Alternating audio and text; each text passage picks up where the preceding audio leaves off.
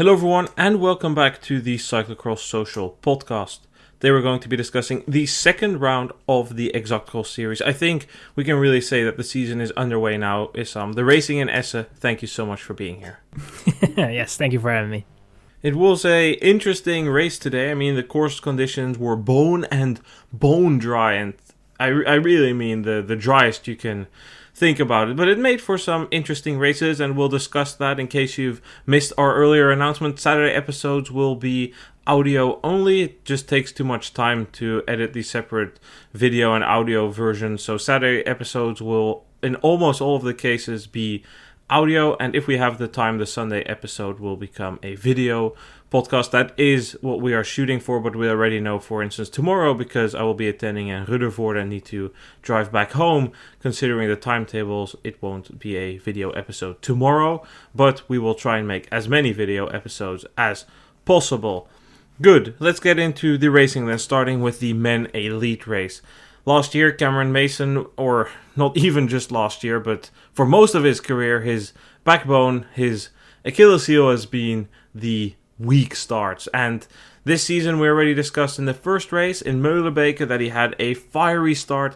And here in Essen, he was eager to leave a mark. He took the whole shot and immediately stormed away. For two and a half laps, he was gone, but eventually the chase was picked up by Sweeck and Niels Vandeputte. They closed the gap and we went to a situation with 6 leaders. We had the leading duo of Crelan Corendon in there, Toon Vandebosch and Sweeck, the only 2 riders flying the green and red here in Essen. Then there was Cameron Mason, of course. Niels Vandeputte was there together with Victor Vandeputte. And finally, a surprising 6th name of Wout Jansen riding for the Cyclist team, a team affiliated to Ridley Racing. There were not that many attacks. It was more of a crit. People were waiting for the final laps. At some point, Kevin Suarez Fernandez bridged across. He placed an attack going into the penultimate lap on the start-finish straight. He didn't have the legs. He got caught again. That was a sign for Cameron Mason to launch an attack, but even for him, launching in the penultimate lap was too early. It came down to that final lap battle, and all eyes were, of course, on the 2 main protagonists of last year, Sweeck and Niels Vandeputte. But it was Victor Vandeputte who reached the barriers first. This was a pinch point in the course. But on the barriers, Victor Vandeputte came in the lead. Sweeck overtook him by running faster, but it was Niels Vandeputte who went from 3rd to 1st by jumping the barriers. In that sense, it was very much similar like it was last year. Vandeputte went into the forest section first, and in Essen that's a 90% guarantee that you win, but just like last year, he didn't win. With 3 corners to go, somewhere around there, it was Sweeck who sent it down the inside of a hairpin. The 2 collided because Sweeck flatted at the moment he made the overtake. Vandeputte went down. Sweeck was in the lead but couldn't keep it up with his flat tire. Toon Vandebosch, kind of out of nowhere, flew by to take the win, with Victor Vandeputte outsprinting Niels Vandeputte for 3rd place, Sweeck rolling in for 6th. That was quite the ending to the race, just like last year, very chaotic, this time with a crash. Again, a fierce duel between Sweeck and Vandeputte. What did you think of that move? That was, of course, the decisive moment of the race, Sam. That was absolutely the move of the race, and it was. I saw Sweeck somewhat looking while they were going through that never-ending corner to the right, and then in the hairpin, you just saw that he was lining him up. There was room, and he went for it. I think, if you look at the move itself, it is a clean move, and I think that Van de Putte also afterwards was not very happy about it, but he also saw. When he saw the replay, he kind of understood that was a move which you can make in the heat of the moment on a final lap. And I think the move was fair, and it was actually, if it would have worked out, it would have been a great move, and it would have been we would have been praising Sweeck. But it wasn't meant to be because there on the inside it wasn't all that nice for the tires, and the puncture was there. Van de Putte crashed, which was also quite unfortunate for him because I think those 2 were the stronger riders of the race. They were making the decisive moves, and it was going to be between them for victory. And somewhat a deja vu of what I've seen last year as well, where we saw Van de Putte and Sweeck bending it out for victory. And Where last year it was Sweeck that took the victory, it was now his teammate and Toon Vandebosch, and he was there when both had their issues, and he took he took that moment, seized the opportunity, and went away for and took the victory. So I think that, for Vandebosch, he was having a strong race.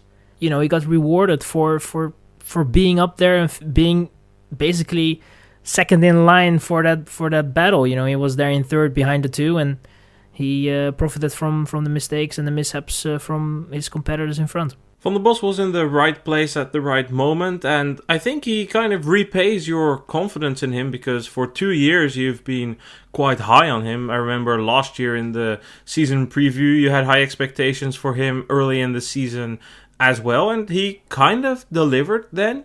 And now, of course, there's the circumstantial effect, right? Like, it's not the strongest start list. He kind of benefited from the shenanigans up front, but still, you need to be there, and it's a win. It's his first televised win, and it's a major moment in his career. He rode a, solid race. He wasn't that visible, but I don't think anybody in the leading group was that visible.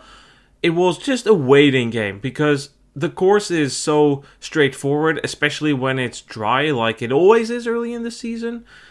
It just comes down to that final lap, reaching that super tight forest section at the end of the course. And like I said in the summary, if you reach that stairs, the top of the stairs, if you reach that section first, you have a very high likelihood of winning. But for the second year in a row, it didn't work out with Vandeputte. I'm torn on that move. I think Sweeck made a clean overtake. Yes, there was a bit of contact. Yes, it resulted in a crash. I think, first of all, that the puncture Sweeck gets causes the eventual crash, because it meant that he couldn't keep his corner exit tight enough. He went wide, which eventually led to the contact. Vandeputte definitely wasn't counting on that. But even if he had just done that move, I think it was a fair move.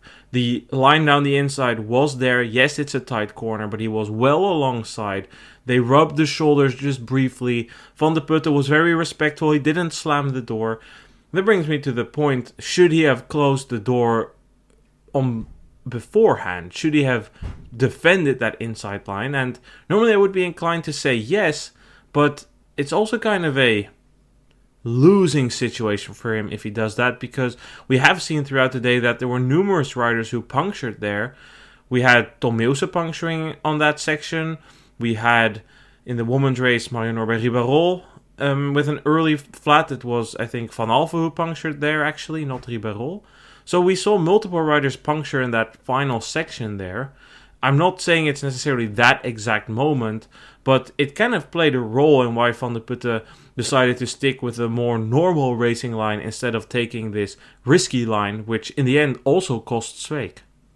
Yeah, and right before that, start-finish straight, you also have like that uphill, sort of a small hill there, and you kind of want to line it up there as well and have a good exit going to the start-finish, carry as much speed as you can. So it's difficult because it's basically somewhat of a double apex what you have there. You kind of have to make sure that you go through that corner and already think about what you're going to do on the next one. And I think that Vandeputte was maybe, he was just not expecting it. It was caught by surprise, and you know that a move is well executed when you're able to catch someone by surprise, and I think that Sweeck did that. So I don't think there was that much wrong with that move, and it was, to be honest, it made the race exciting because with the circumstances, the course itself, it doesn't really give the riders a huge challenge. It was basically somewhat of a crit that we were watching, I guess, where we were just watching it, looking at the riders going through, making their laps, trying to fatigue each other a little bit, have a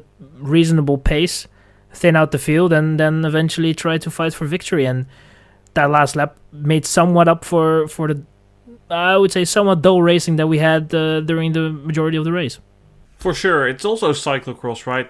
A degree of physical contact is permitted in this sport. Of course, Vandeputte himself was frustrated. It was a weird crash because he crashed at the exit of the corner, not because he was pushed wide, but more because Sweeck forced him to abruptly halt, and then there was probably some form of light contact there as well. It was a weird crash, and again, I think we can attribute a lot of that to the puncture of Sweeck. I would like to wind back the race a little bit now, because that duel between those two started at the barriers, and at the barriers I thought Sweeck was actually very kind still. He came in ahead of Vandeputte. He really mirrored the side where Vandeputte had been jumping. It's a tricky barriers to jump because of the loose sand in between. They aren't the highest barriers, but that loose sand definitely meant that we saw a number of near misses, a few crashes on the day as well. But there, Vandeputte, just like last year, waited really long and made his move.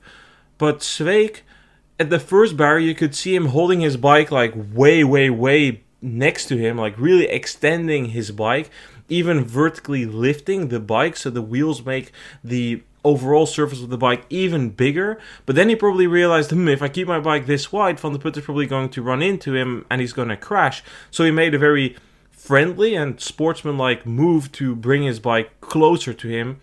So I thought that was an interesting observation there.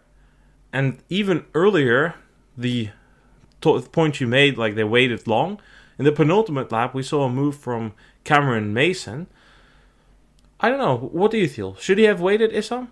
No, I think that was a good move. It was actually, he was just not really that lucky, I guess, with both his move in the first lap, where he tried to make the race early on and hope for that the riders behind him will look at each other and be like, well, I'm not going to close it, and you somewhat get a gap, then try to bring that gap home. But they didn't give him that gap, and the same thing happened with that attack on the penultimate lap, which I think it was a reasonable move, because if he looks at his chances on the last lap, against Sweeck and Vandeputte, I don't think he has a chance, and then you already have to think about third place. And I think that the way he was racing, he was really trying to make his luck for victory, and I think you have to commend him for that, because who's going to care about a third place in an exactcross? It looks nice, for sure. I can understand that.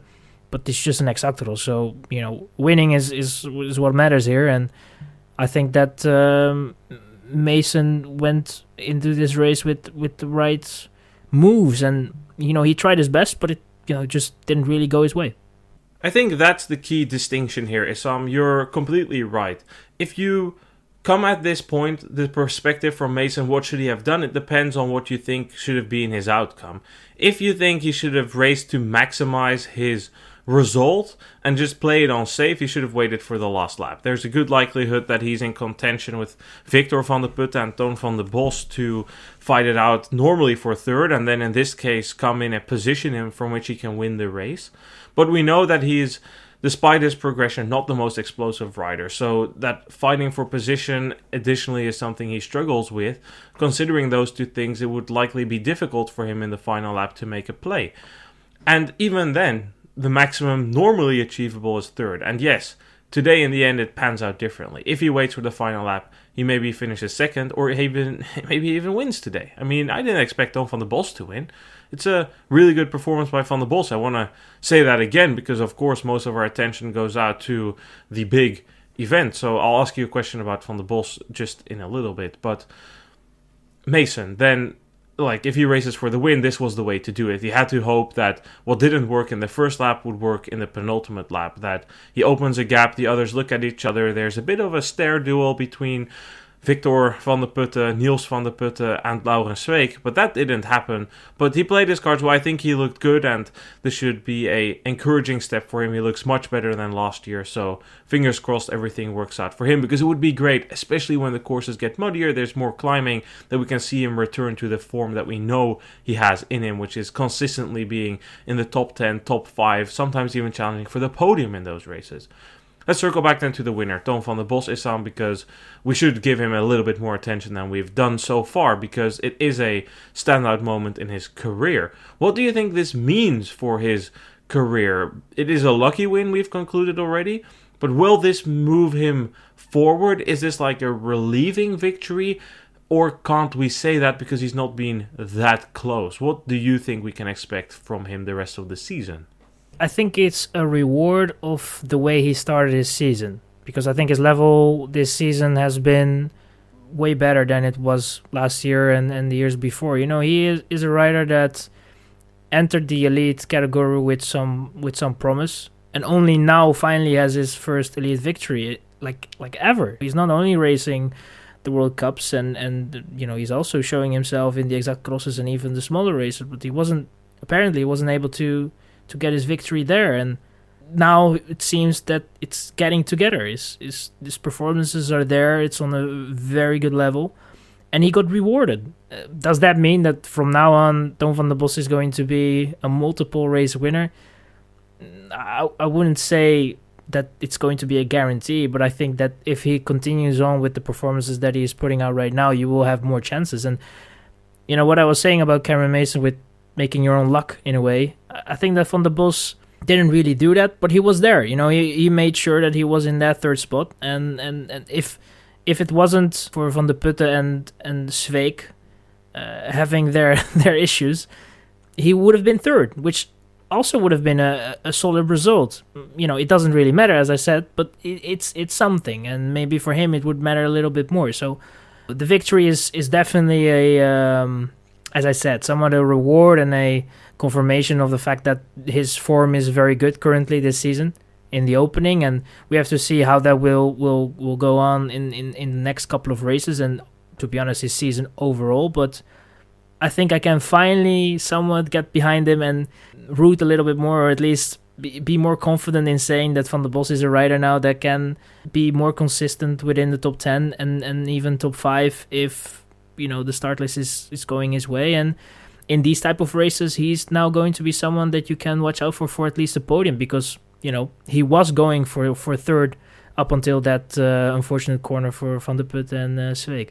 A final mention here I have to give to somebody in the front group here is to Wout Jansen. I mentioned him in the summary, the rider of Cyclocross. He was certainly the surprise of the day. This is by far, and I mean by far, the best result of his career. Like, all these points we can make about the start list quality, 100% valid, but this is a massive leap forward for him. Okay, like circumstantial luck in the final with the mishaps for Vandeputte and Sweeck. Vandeputte still beats him. Niels Vandeputte. We have too many Vandeputtes up front, but I just have to applaud this performance from him. He's never been a massive talent. He's never been one of the riders that was on the radar for the Belgian national team. But here we are. He's a second-year elite. Last year, we saw him sporadically in some of the races outside of the Netherlands and Belgium. I recall that we needed to name him for some Scandinavian results. And this year, we saw him in the early season results, but it wasn't that spectacular. He was 6th and 7th in the German races. He was 4th in Dippach. And now in Essen, 4th place is just a tremendous performance for him. And he took this opportunity with both hands to show himself. And that's what these races are kind of good for some riders to put their name forward. And he did that. So I thought that was a really spectacular performance by him today. If we look at the entire top 10, we find Toon Vandebosch on top of the podium next to Victor Vandeputte and Niels Vandeputte. Wout Jansen was 4th ahead of Cameron Mason and Laurens Sweeck. Kevin Suarez Fernandez was 7th ahead of Kenai de Mooijer, Tom Meeuwse and Mats van den Einde. I don't know, Issam, do you have anybody you would like to talk about? Perhaps Kevin Suarez Fernandez? It was an impressive chase. He kept going. He looked to be in the Chasse Patate, came to the front, kind of made a ballsy move going into the penultimate lap. He didn't have any legs left, but he just made a play for it. It didn't work out, but I have to respect the effort. Yeah, 100%. And I think, for him as well, it is a bit difficult for him, I think, to race with riders that are a bit above your level, but you're still somewhat able to, because of the circumstances of how the race went, you're somewhat able to hang on and get in the race, and then it's almost like your entire race is a sort of a constant chase, a constant trying of getting in position and being up there. And I think that is obviously, I think as a rider, it's not the greatest of feelings because you're constantly trying to get up there. But I think that overall he can also look at a pretty good result. It's obvious that for him at least he's still lacking a little bit to play a role in with a first group, or at least be up there. But he tried to get the most out of his race, and I think seventh was what was most to be gained for him in this race, and I think he can look back and be content and happy with the result. I think that was he did his best and he rode his heart out. Let's move to the women's race then. The scenario was pretty similar. We saw in the first lap, the most notable thing at the start was that Marion Norbert-Ribeyrolles needed to go into the pits. It's not entirely sure what the issue was there for her. They never disclosed that, but she needed to chase back to the front, but that was possible because the pace in the first 2 laps wasn't that high. In this race, we eventually also got a 6-woman leading pack. We had Helene Clauzel racing in a black kit this season.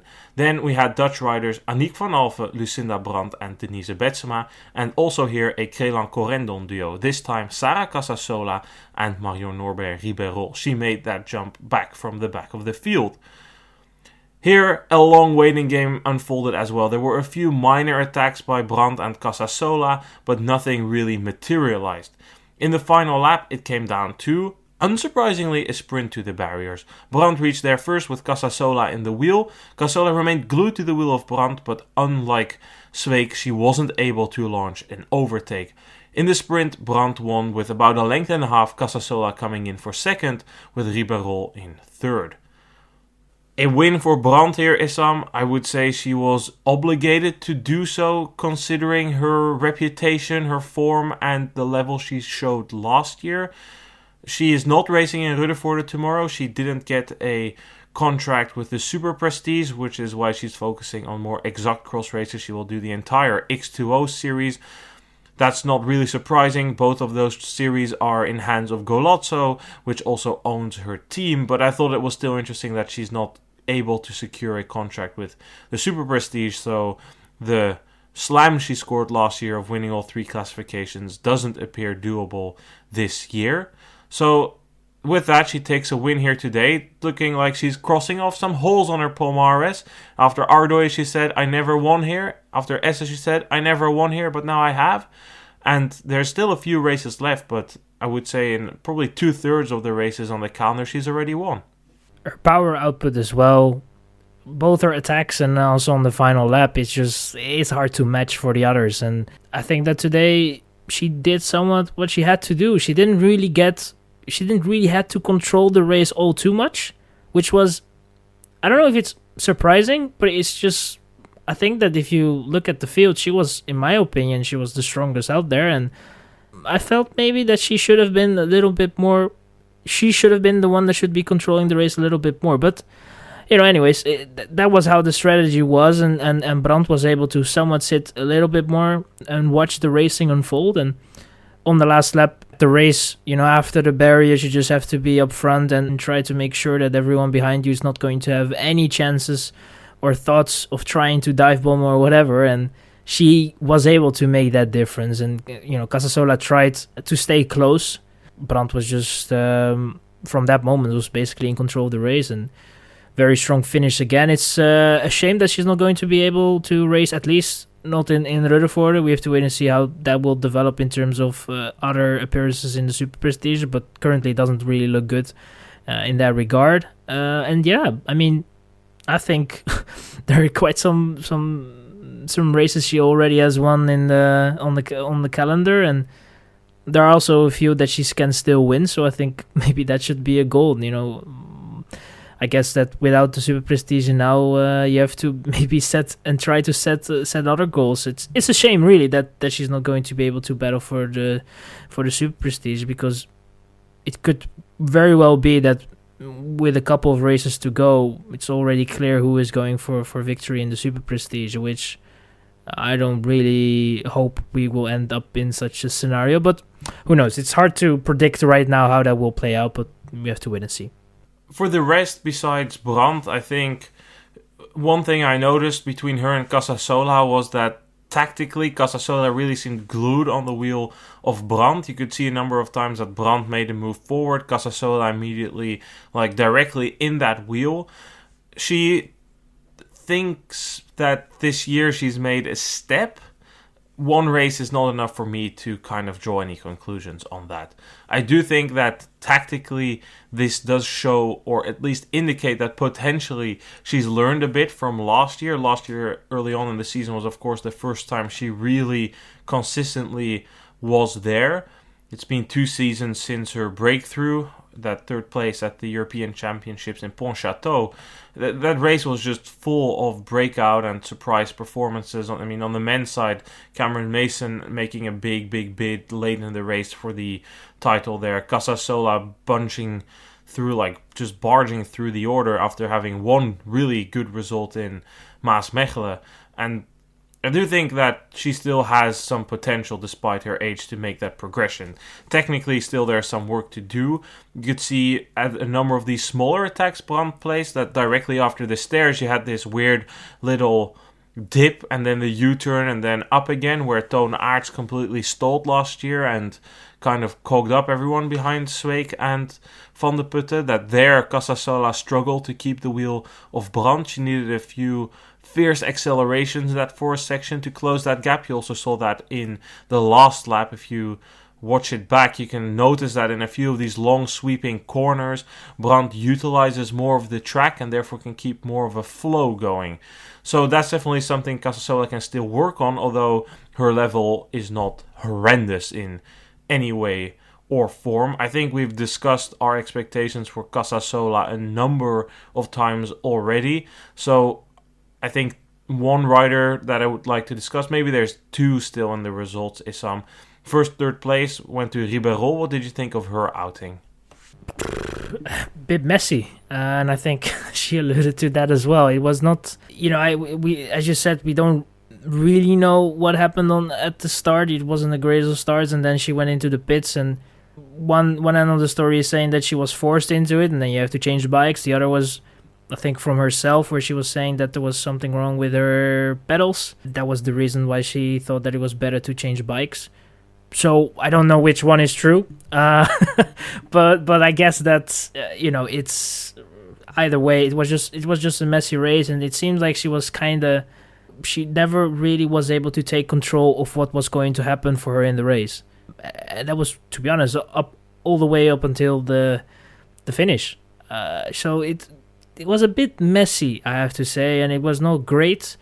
And that is so far, if you look at that race in Meulenbeek, it was somewhat similar as well, because it were mishaps, and unfortunately that was the reason why she was not able to keep contact. And it seemed also today, if you look at that last part from her, the last part of the last lap, it looked like she was having still some energy left. I'm not going to say that she was going to win here, but she looked strong. And with these type of races, it's more about positioning than also having good legs. If you position yourself well, sometimes you can somewhat, as I said before, make your own luck. And if she was ahead of Casasola, then it was maybe going to be second. Who knows? So yeah, it was. If you look at the way she had to somewhat race and make up for all the mistakes and come back into the race, and then it was a solid race and the form is all right, but she kind of has to clean this up and make sure that that she just puts herself in better positions coming to the end of the race. Let's look at our entire top 10 then. Behind Brand, Casasola and Ribeiro, we found Aniek van Alphen. Solid outing by her. Helene Clauzel was 5th, ahead of Denise Betsma. Puk Langenbarg in 7th. Bloemen Kalis in 8th. Annick Mos in 9th. And Larissa Hartog in 10th. A lot of Dutch flags in there. Definitely not the deepest field, but I think 2 things here. First, Betsema in 6th place. I would like to briefly mention something that happened, or at least that we have discovered about her. Remember that 2 years ago she had that horrible accident on training, which her coach Tom de Kort said she described as just a training accident, but she was really hit by a car, and that resulted in her legs not being equal, in the sense that one was slightly longer than the other. This is a injury that, for instance, Robert Geesink has also had earlier after a crash, and that meant that she lost all of her explosivity. And according to Tom de Kort, they are now finally feeling that she's being able to return to training, but that they still recognize that it's a matter of time. They say that she still needs a few more months to really be able to fully recover from that. She underwent surgery after last season to have it fully fixed. So let's see what comes from that. She finished 6th today, just behind Helene Clauzel, Issam, and I think it's just a relatively sad state of affairs to see Clauzel race in a black kit. She was on the AS bike team. Last year she was on Van Rijssel. Don't really know why she got dropped by them. I don't really know what the deal was there overall, but seeing her in a black kit is kind of sad for a rider of that level. I mean, for crying out loud, this is a rider who finished 8th at the World Championships last year. Yeah, I totally agree with you. I was hoping that you knew a little bit more about it, but well, let's just hope that she will find her way back to an organization, construction team, and be able to continue with support, because I don't know how long you would be able to continue on the way she is. I don't know what currently the situation is and what the circumstances are she has to get through in terms of to get racing. But yeah, it's quite unfortunate. It's a sad situation, and hopefully she will find something, and it's also, I think that the focus for a rider should normally be on the training and the performances and trying to have the best circumstances to perform at, and not trying to find a team. So I hope that also doesn't really hamper all that much with the performance, and hopefully she can find a team, maybe go back to AS Bikes if that is possible, or find something else. I don't think AS Bikes is on the chart. I do think that she is receiving some support from the French Federation in terms of training camps and whatnot, like for the World Cups. There's a few blocks, I think, in which she would be included. She was part of the relay team after all, and that's normally the main driver for this support, that they need a high-level elite to perform. So let's hope that it works out for her. The club in Troyes, I think that's what she listed for and is getting some form of support from, but it's definitely not what it was, so hopefully that leads somewhere. Then finally, I mean, when we're talking about teams, I also thought it was interesting to see that Jamie de Beer, who was on Heizomat last year, was now racing in the kit of her club team again. She's still listed on the UCI website as racing for that team, so I don't really know what's up with all that, especially with the UCI site, because I see riders listed for other teams and they're racing for. I see riders listed for UCI teams but not registered on the site, so I feel something isn't really adding up there, so we'll keep an eye on that. What rests me is giving you the results from the other races. There was racing in Portugal, in Melgaço, a great course there. The Portuguese are actually cooking in some. They have some fiery courses, and I think 3 UCI races this year. They're increasing their investments into cyclocross. Didn't really show yet in terms of the results, because in the women's race, a full Spanish podium, Lucia González Blanco taking the win ahead of Sara Cueto Vega and Sofia Rodriguez Rever, a very common podium that is, we've seen it many times in Spain. On the men's side, González Macho took the win ahead of Rafael Sousa and Mateo Jot. Racing in Czech Republic, the second round of the HFS System Cup took place in Mladá Boleslav, another iconic venue. It was Václav Jezek, a U23 who we've had on our radar for a number of years now. He is this year a third-year U23. He took it up and beat Michael Boros for the win, with Hannes Degenkolb coming in for third place. On the women's side, Kristina Zemanova took the win ahead of Barbora Bukovska. I read a translated interview with Zemanova. It was relatively short, in which she says she's feeling stronger every week, but is really taking the time to build into the season. Finally, first day of racing in Varberg, Sweden. Clément Horny took the win there ahead of Lucas Herman and Bailey Groenendaal. In the women's category, Adèle Hurteloop took the win ahead of Miel Voordager Nielsen, with Kaya Boed completing the podium. That wraps it up then for today's episode. Issam, thank you so much. Yeah, no worries. Thank you for having me. We will be back tomorrow with a episode about the Super Prestige in Ruddervoorde, and of course we'll also visit by some of the other races. A lot of racing tomorrow. I look forward to it. I am actually heading to Ruddervoorde it will be my first European cross of the year. Thanks everyone for listening, and catch you guys tomorrow, hopefully with some interviews. Goodbye.